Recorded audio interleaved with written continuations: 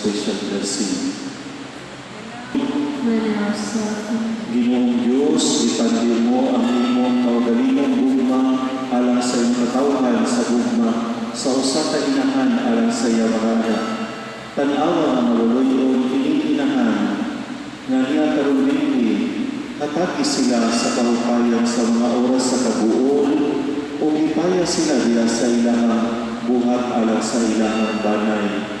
Patalingugi ang ilang mga pag-angko o bindisyon sila diya sa kanang ilang mga buhaton, buluhaton, responsibilidad alang kanimo. Himo ang makaambit sila uban kang Jesus, imong anak, o kang Maria among inahan, diya sa way katapusang kalipay sa langit. Kining grasya among ipangayo kanimo, Amahan, pinagi ni Kristo, among Ginoo. Mag-ampot ang Amahan